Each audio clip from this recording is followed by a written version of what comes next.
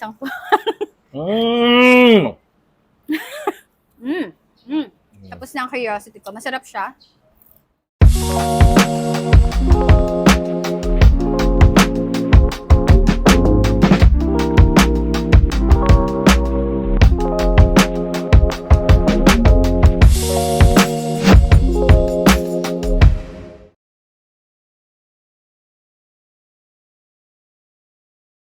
Alright, so guys, welcome to another food hunting experience. This is a Food Hunter Philippines, where good food deserves to be hunted.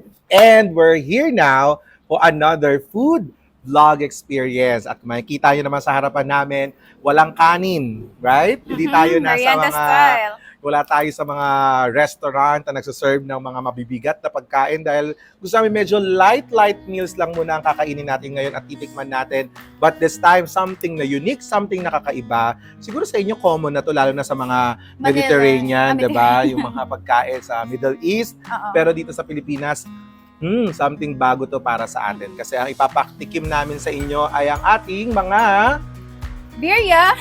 Yes, we have the tacos. Meron tayong soft tacos elotes dito and elotes. Ayan. So ito yung nakikita nyo sa harapan nyo.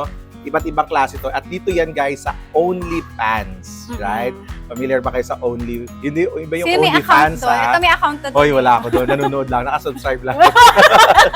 Naka-premium ka pa. Premium. So Only Pans tayo. Dito yan sa Makati City pa rin. Dito sa Poblacion. Right? So ito pinuntahan namin, something na hindi lang ito yung isang restaurant. Actually, yung iba kasi sarado pa, pero parang samahan to or isa tong area kung saan pinagsama-sama yung iba't ibang mga parang food hub, parang food, ang tawag doon yung meron sa atin yan, yung parang mga container vans lang, parang food plaza, parang food court style. Pero more on the inuman dito, more on the beers kasi nga alam naman natin poblasyon, maraming mga gimikero, buhay ito sa gabi, pero sa hapon katulad sa mga oras na to medyo patay siya. So mga ano lang talaga, kain-kain, normal na mga food trip para sa family. So craves lang. Correct. Ngayon nakita namin to habang naglalakad kami dito sa along the stretch of poblasyon, nakita namin na may isang store na open sa mga oras na to at tinry namin. And ito nga na-discover namin si Only Pans. Pero ito-try natin kung masarap ba yung mga sinaserve nila. Wala silang drinks. Puros ganito lang. Kaya we rather buy water. So kung pupunta kayo dito, mag-expect kayo ng drinks. Wala silang drinks na tinitinda. So bili kayo ng water. Actually, maaga kasi. Mamayang gabi yan. Open na yung isang... Pero di ba pag mga family kasi normally umaalis sila mga daytime, hindi yung mga gabi. So pamilyado na tayo. Pamilyado na tayo. Hindi, pag may pamilya ka, father, mother mo, di ba? Siyempre, di ko ayun. Ayan ha. Hindi mo dadalhin dito. Okay, go. So ano ba yung mga in-order natin? Meron tayong... Birria. Ayan, meron tayong... Quesadilla. Yes, quesadilla. Meron din tayong... Carnitas barbecue. At ang pinagmamalaki ng bawat Pilipino, ang binatog. Ito ang tinatawag nilang... Elotes. So elotes is made of... Corn. Ano siya? Corn cup, pero ano na siya? Shredded na siya. Made of lots of native white cheese, also known as quesong puti. So Filipino style, elotes siya. May cheese, quesong puti. So with tignan lots niyo, of cheese. Alam mo, fan talaga ako ng ng corn. Ako din. As in, nung bata pa talaga ako. As in, kaya ko ubusin ng 1 kilong mais. Ako lang. Pinagdadamot ko talaga, guys. Uy, wala mo bagay tayo. Iba talaga ang ano ko. Pero ayoko nung mais na na puti. Ayoko din. Ako gusto ko. Minsan nito Pwede akong kumain isa pero di ko siya ubusin. May order ako ng corn, tapos lalagyan ko ng... Ay, hindi, yung nasa can. So ito, nakikurious na ako dito dati pa sa Mexican food na to. Yung elotes tsaka yung birria. So first time ko din makatikim ng birria. Ikaw ba? Biryani. Nakatikim na ako. Okay. Pero may din kasi Mediterranean food din kasi. Ito, parang mayroon siyang konting maasim.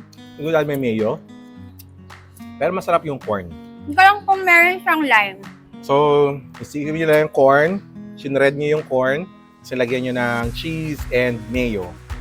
Actually, nakikita ko sa shredded tsaka corn cob. Tapos lagyan nyo ng mayo. Tapos pupuduran na nyo ng cheese. Actually, kahit hindi ka nga dito magkanin, kasi ito pa lang yung considered na to eh. Parang kanin na rin to, alternative for rice. Ano yung birria ito? Gusto kong tikman yung birria noon pa ako naka-curious ka. Uy, ma-beefy. Beef to guys ha. Na i-dip sa sauce nila, birria sauce. So ito yung mga yung nauso din ng pandemic. Ito yung mga nagpatakam sa akin ng pandemic. Kaya lang, ewan ko ba bakit di ko siya natikman-tikman ngayon lang after 4 years.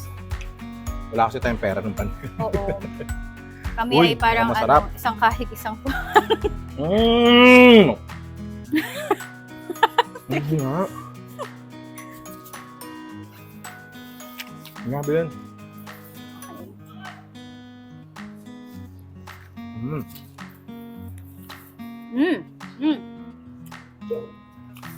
Para siyang lasang beef stew. Ang daming beef, ang kapal ng beef.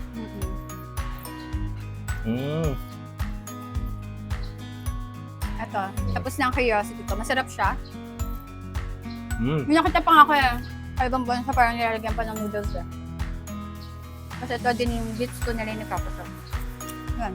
Yung beef talaga niya yung pinakamaraming portion, no? Kasi yung laki, manipis lang yung parang pinaka-taco shell, eh. No? Ito mo natutungga mo na. Cheers! Hindi pa namin sponsor yan, eh.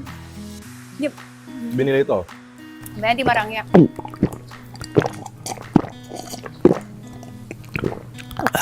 Ayan. Grabe, sarap. Ang heavy nitong kinakain namin. Oo. Mukha lang siyang tinatinapay, pero ano siya, heavy. Sa akin naman, Okay. ang pababayaran mo naman sa akin. Bayaran mo to, hindi to nalalabhan. Ganyan po Correct. siya sa akin. Para ito naman, ano naman to? Nagkamali So this is the tacos. tacos. Mm-hmm. So this is the tacos and this is the birria, pero into 4 flavors, right? Natin nila 4 different flavors yan. So i-check na natin tong first one. Ooh.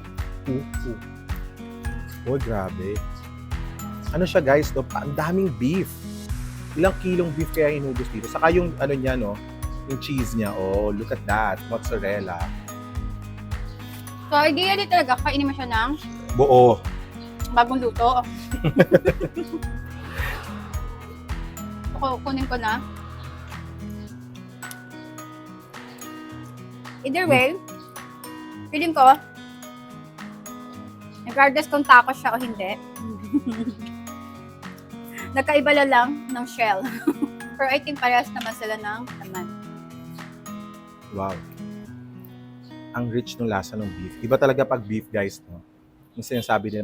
May mga taong hindi kumakain ng beef, eh. Maano talaga siya, yung ma-rich yung lasa.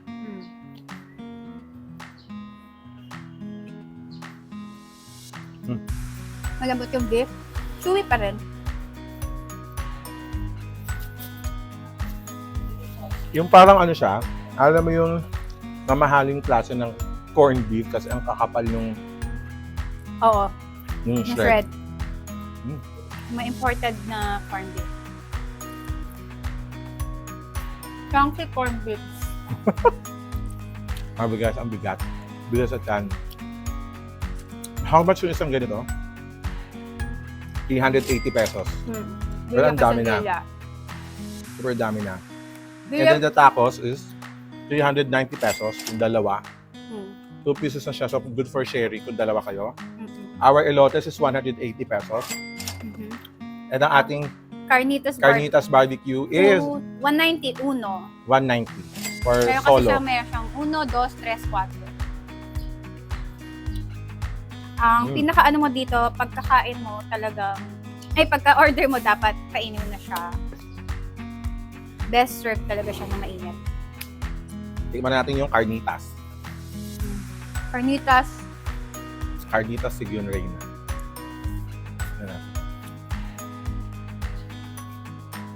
Ito naman parang yung pinaka-meat niya, white. Compared dun sa iba. Yan? Texas barbecue. So, pork naman siya. Pork to? Puti eh.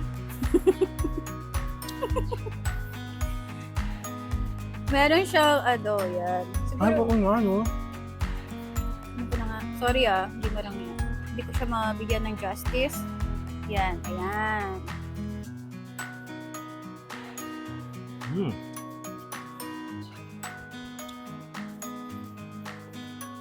What's the taste? Sarap, no? Iba rin talaga yung lasa ng beef at pork.